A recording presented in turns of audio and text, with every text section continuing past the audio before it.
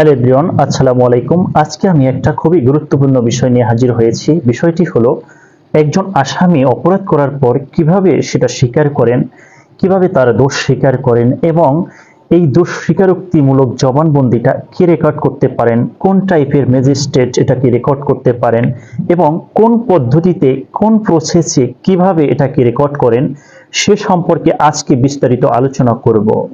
তো প্রথমেই আমি বলে রাখি, যারা আপনারা এখনো আমার চ্যানেলটি সাবস্ক্রাইব করেননি অবশ্যই এটাকে সাবস্ক্রাইব করবেন এবং বেল বাটনটি বাজিয়ে দেবেন।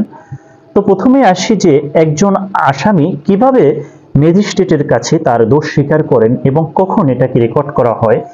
যখনই একজন ম্যাজিস্ট্রেট, উনি যদি হন মেট্রোপলিটন ম্যাজিস্ট্রেট অথবা তিনি যে কোনো প্রথম শ্রেণীর ম্যাজিস্ট্রেট যদি হয়ে থাকেন, অথবা তিনি যদি সরকার কর্তৃক ক্ষমতাপ্রাপ্ত, সরকার কর্তৃক বিশেষভাবে অনুমোদন প্রাপ্ত দ্বিতীয় শ্রেণীর ম্যাজিস্ট্রেটও যদি উনি হন, তাহলে কিন্তু এই দোষ স্বীকারোক্তিমূলক জবানবন্দি উনি রেকর্ড করতে পারবেন, উনি রেকর্ড করার মতো যোগ্য হবেন।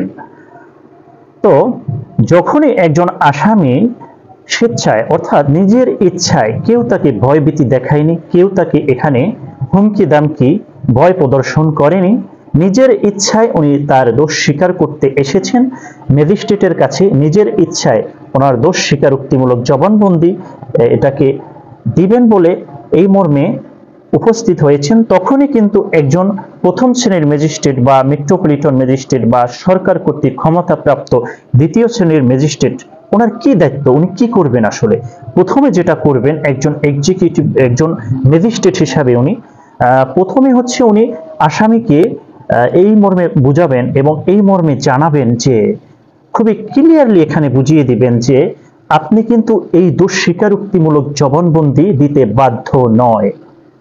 আর যদি আপনি এই দোষ স্বীকারোক্তিমূলক জবানবন্দি আমার কাছে স্বীকার করেন, যদি দোষ স্বীকার করেন, তাহলে কিন্তু পরবর্তীতে এই দোষ স্বীকার কিন্তু আপনার বিরুদ্ধে সাক্ষ্য হিসেবে গ্রহণ করা হতে পারে।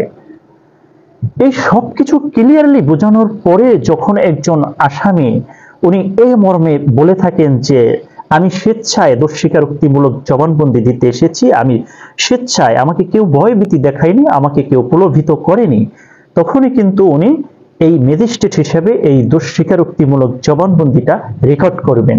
তবে আমি এখানে বলে রাখি যে এই দোষ স্বীকারোক্তিমূলক জবানবন্দি কিন্তু কোনো পুলিশ অফিসার রেকর্ড করতে পারবেন না। যখনই একজন ম্যাজিস্ট্রেটের কাছে আমাদের ফৌজদারি কার্যবিধির 164 ধারার অধীনে মনে হয় যে আসামি তার স্বেচ্ছায় দোষ স্বীকারোক্তিমূলক জবানবন্দি দিতে এসেছে, তখন কিন্তু উনি রেকর্ড করবেন।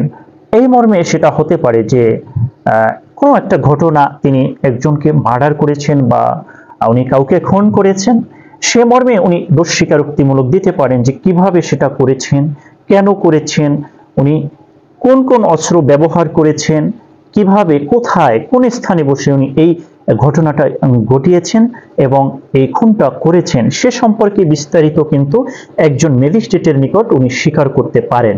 এটা কিন্তু উনি স্বেচ্ছায় করবেন। অবশ্যই আমি আবার বলে রাখি, এই 164 ধারার অধীনে যে দোষ স্বীকারোক্তিমূলক জবানবন্দিটা রেকর্ড করবেন একজন ম্যাজিস্ট্রেট হিসাবে, এটা কিন্তু আমাদের ফৌজদারি কার্যবিধি আইনের 364 ধারার অধীনে যে এখানে ডিরেকশন দেওয়া হয়েছে, এখানে যে রুলস রেগুলেশন যেভাবে বলা হয়েছে সেটার আন্ডারে ঠিক সেভাবে কিন্তু এটা রেকর্ড করবেন। আর এই দোষ স্বীকারোক্তিমূলক জবানবন্দি কিন্তু অবশ্যই আসামির স্বেচ্ছায় দিতে হবে। যদি কোনো ম্যাজিস্ট্রেটের নিকট, অর্থাৎ মেট্রোপলিটন ম্যাজিস্ট্রেট বা ফার্স্ট ক্লাস ম্যাজিস্ট্রেট বা সরকার কর্তৃক অনুমোদন প্রাপ্ত দ্বিতীয় শ্রেণীর ম্যাজিস্ট্রেটের কাছে মনে হয় যে আসামি যে দোষ স্বীকারোক্তিমূলক জবানবন্দি আমার কাছে স্বীকার করতেছেন সেটা স্বেচ্ছায় না, তিনি হয়তো ভয়ে পড়ে করেছেন বা পুলিশের ভয়তে করতেছেন, তাহলে কিন্তু উনি ম্যাজিস্ট্রেট হিসাবে এই দোষ স্বীকারোক্তিমূলক জবানবন্দিটা রেকর্ড করবেন না। যখনই ওই ম্যাজিস্ট্রেটের কাছে মনে হবে যে এই যে স্বীকারোক্তি উনি দিচ্ছেন আসামি হিসেবে সেটা স্বেচ্ছায়, ওনার কাছে মনে হয়েছে যে আমি এই স্বীকারোক্তিটা দিব, আমার কাছে ভালো লাগবে, এটা ওনার ইচ্ছা, উনি স্বেচ্ছায় দিবেন। যখনই এরকম এই মর্মে রেকর্ড করা হয়ে যাবে একটা দোষ স্বীকার, তখন একটা ম্যাজিস্ট্রেট হিসেবে উনি কি করবেন, ওনার কি কাজ করতে হবে, এখানে আর কি বাকি আছে, সেটা হলো ম্যাজিস্ট্রেট হিসাবে উনি যখনই এখানে দোষ স্বীকারোক্তিমূলক, এখানে আবার এখানে আসামি কোন ভাষায় এটা রেকর্ড করবেন বা কোন ভাষায় সেটা দিবেন দোষ স্বীকারোক্তি, এখানে আসামির একটা নিজস্ব ভাষা থাকতে পারে। তিনি যদি বাংলায় কথা বলে থাকেন, তিনি যদি স্বাচ্ছন্দ্য বোধ করে থাকেন যে আমি বাংলায় এই দোষ স্বীকারোক্তিমূলক জবানবন্দি সেটা দিব, সেটা উনি দিতে পারেন। অথবা যদি ইংলিশে যদি এটা উনি পারদর্শী হয়ে থাকেন তাহলে ইংলিশে এটা দোষ স্বীকার করতে পারবেন। অথবা যদি অন্য কোনো উপজাতি বা যে কোনো নিজস্ব ভাষা থাকে যেটা স্বাচ্ছন্দ্য বোধ করবেন এবং এই ভাষায় যিনি পারদর্শী তার সহায়তা নিয়ে এটাকে রেকর্ড করতে পারেন, কোনো সমস্যা নেই। তো সেক্ষেত্রে যখন একটা আসামি এরকম দোষ স্বীকার করে ফেলবে তখন পরবর্তী যে কাজ, একজন ম্যাজিস্ট্রেট হিসাবে উনি একটা নোট লিখবেন, এখানে একটা প্রত্যয়নের মতো একটা নোট লিখবেন যে আমি উপস্থিত হয়ে স্বপ্রণোদিত হয়ে এবং আমি এখানে নিজে শুনেছি এবং দেখেছি উক্ত আসামি স্বেচ্ছায় তার দোষ স্বীকারোক্তিমূলক জবানবন্দি দিয়েছেন এবং তাকে আমি পরে শুনিয়েছি এবং তাকে বুঝিয়েছিলাম যে সবকিছু বুঝিয়ে দেওয়ার পরেও সে স্বেচ্ছায় দোষ স্বীকারোক্তিমূলক জবানবন্দি দিয়েছে। তাকে আমি এই মর্মে বুঝিয়েছিলাম যে আপনি যদি এই দোষ স্বীকারোক্তি আপনি এই দিতে কিন্তু বাধ্য নয়, দোষ স্বীকার করতে কিন্তু আপনি বাধ্য নন। আপনি যদি এই দোষ স্বীকার করে থাকেন তাহলে কিন্তু পরবর্তীতে আপনার বিরুদ্ধে সাক্ষ্য হিসেবে এই দোষ স্বীকারোক্তিমূলক জবানবন্দি ব্যবহার হতে পারে। এই সবকিছু তাকে বোঝানোর পরেও তিনি স্বেচ্ছায়, এবং আমি নিজ কানে শুনেছি, শ্রবণ করেছি, সবকিছু শোনার পরেও উনি কি করেছেন, স্বেচ্ছায় জবানবন্দি দিয়েছেন, এজন্য আমি রেকর্ড করেছি এবং তার সিগনেচার এখানে রেখে দিবেন।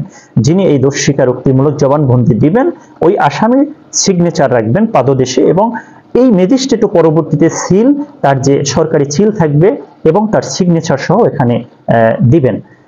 এই সবকিছু করার পরে কি করবেন, আমাদের এখানে আইনে যেটা বলা আছে এখানে ক্লিয়ারলি বলা আছে যে এই দোষ স্বীকারোক্তিটা আসলে কখন রেকর্ড করা যায়, আসলে উপযুক্ত সময় আসলে কখন। এখানে যেটা বলা আছে যে বিচার শুরু হওয়ার পূর্বে যে কোনো সময় এই দোষ স্বীকারোক্তিমূলক জবানবন্দি আসলে রেকর্ড করার মতো উপযুক্ত সময়। তো সাধারণত আজকে আপনারা এই লেকচারের মাধ্যমে জানলেন যে একজন অপরাধী, একজন আসামি তিনি অপরাধ করার পরেও কিন্তু স্বেচ্ছায় সে দোষটা স্বীকার করতে পারে।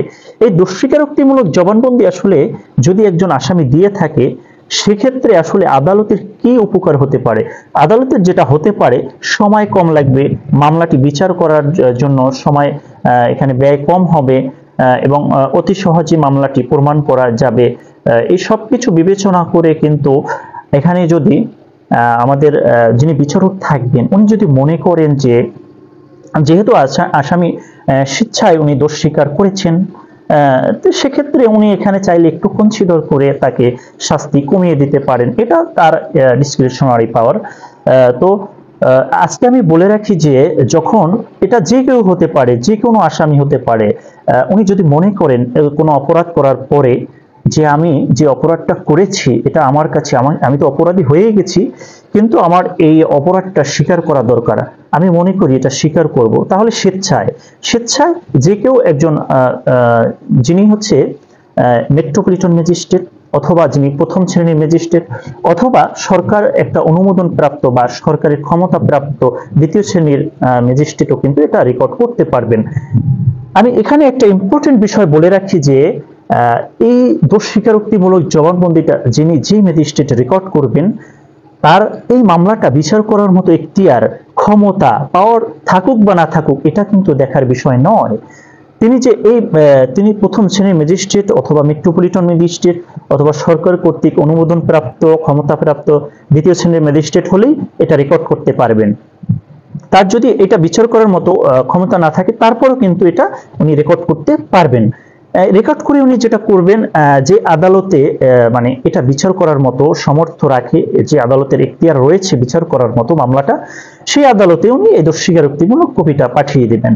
তো আজকে আপনারা জানলেন যে কিভাবে একজন আসামি দোষ স্বীকার করেন এবং 164 দ্বারা আমরা অনেকেই প্রচলিত, আমরা বলে থাকি, জেনে থাকি, শুনে থাকি যে আদালতে যাদের সাধারণত মামলা আছে তারাও তো বেশিরভাগ শুনে থাকি মাঝে মধ্যে যে আসামি দোষ স্বীকার করেছে বা 164টা কি।